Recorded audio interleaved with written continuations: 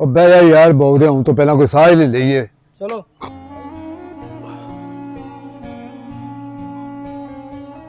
ਵੇਖੀਏ ਕੰਮ ਕਿੰਨਾ ਕੁ ਕੀਤਾ ਨੇ ਅੱਜ।